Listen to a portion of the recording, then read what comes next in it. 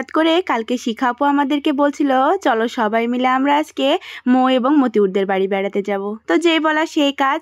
আসসালামু আলাইকুম সবাইকে। সবাই কেমন আছেন? আশা করি সবাই অনেক ভালো আছেন। আলহামদুলিল্লাহ আমরা অনেক ভালো আছি। তো আমরা মৌ এবং মতিউর ভাইয়াদের বাড়িতে যেয়ে কি করলাম সেটাই আজকে শেয়ার করব আপনাদের সাথে। সকালবেলা মৌ এবং মতিউর ভাইয়াদেরকে আমরা ফোন করে জানিয়েছিলাম আমরা তাদের বাড়িতে বেড়াতে যাচ্ছি। তো এই তো দেখেন তাদের বাসায় যাওয়ার সময় সুন্দর একটা রাস্তা আছে, আর যেটা দেখতে অনেক অনেক বেশি সুন্দর। ওদের বাসায় যেহেতু আমরা হঠাৎ করে যাচ্ছিলাম তাই জন্য বাজারে একটা দোকানে এসে আমরা এই মিষ্টিগুলো নিয়ে নিই। আর আপুর মেয়ে যেহেতু একদম ছোট, কিছুই খেতে পারে না, তাই জন্য তার জন্য কিছুই নেওয়া হয়নি। ওটা দেখে সবাই হয়তো বুঝতে পারছেন আমরা কে কে যাচ্ছি মৌ আপুদের বাসায়।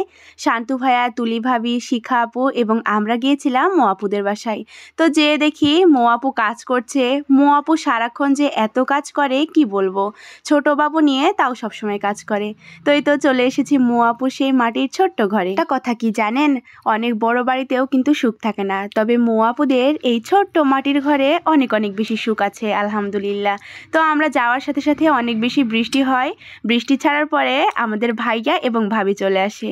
আর মাশাআল্লাহ দেখেন আমাদের আশফিয়া বুড়ি কত মজা করছিল। কালকের আবহাওয়াটা কিন্তু অনেক বেশি সুন্দর ছিল, একদম মেঘলা মেঘলা আকাশ। তো আমি সবার প্রথমে যাই, তারপরে এই তো শিখা আপুও চলে আসে। মৌ আপু আমাদেরকে মৌ আপুর নিজের হাতের তৈরি করা তেলের পিঠা খেতে দিয়েছিল, তারপরে দিয়ে দেয় নাস্তা। আর নাস্তায় মৌ আপু কিন্তু হঠাৎ করে যাওয়াতেও অনেক কিছু আয়োজন করে ফেলেছে। হঠাৎ করে যাওয়াতেও যে মৌ আপু এতটা আয়োজন করবে আমরা ভাবতেও পারিনি। তো আমরা সবাই মিলে একসাথে নাস্তা করছিলাম। এইদিকে মৌ আপু তরমুজগুলোকে যে এত সুন্দর করে কেটেছিল কি বলবো। তো আমরা সবাই মিলে একসাথে খাচ্ছিলাম এবং অনেক অনেক বেশি মজা করছিলাম। আমরা সবাই যখন একসাথে হই অনেক বেশি মজা করি। মৌ আপুদের মাটির বাড়িতে আমরা সবাই পিড়াতে বসে গল্প করছিলাম। গল্প করতে করতে এইদিকে মৌ আপু আমাদেরকে দুপুরের খাবার খেতে দেয়। আর দুপুরে মৌ আপু আয়োজন করেছিল পোলাও, সাদা ভাত, গরুর মাংস, মাছ ভাজি, বুটের ডাল, অনেক কিছু। আর আজকে মৌ আপু আমাদেরকে তার শখের মাটির জিনিসগুলোতে খেতে দিবে।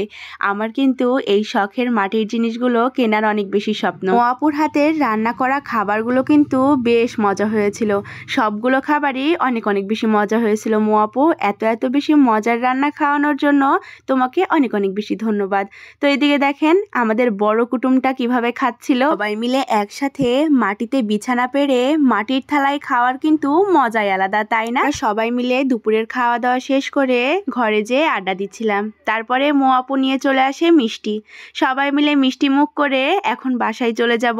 তারপরে একটু আড্ডা দিচ্ছিলাম। আমরা যতক্ষণই একসাথে থাকি না কেন শুধু গল্প করতেই থাকি। আজকে আমরা মৌ আপুদের বাসায় যেয়ে সবাই কিন্তু অনেক অনেক আড্ডা দিয়েছি। আমরা সবাই একসাথে বাসায় চলে যাব যে যার মতো। তো আমরা বাইক নিয়ে এসেছিলাম, আমরা বাইকে যাব এবং ভাইয়ারা ভ্যানে যাবে। আমাদের গ্রামের সেই ভ্যান গাড়ি মিলিয়ে অনেক সুন্দর সময় কেটেছে। আল্লাহ হাফেজ সবাইকে।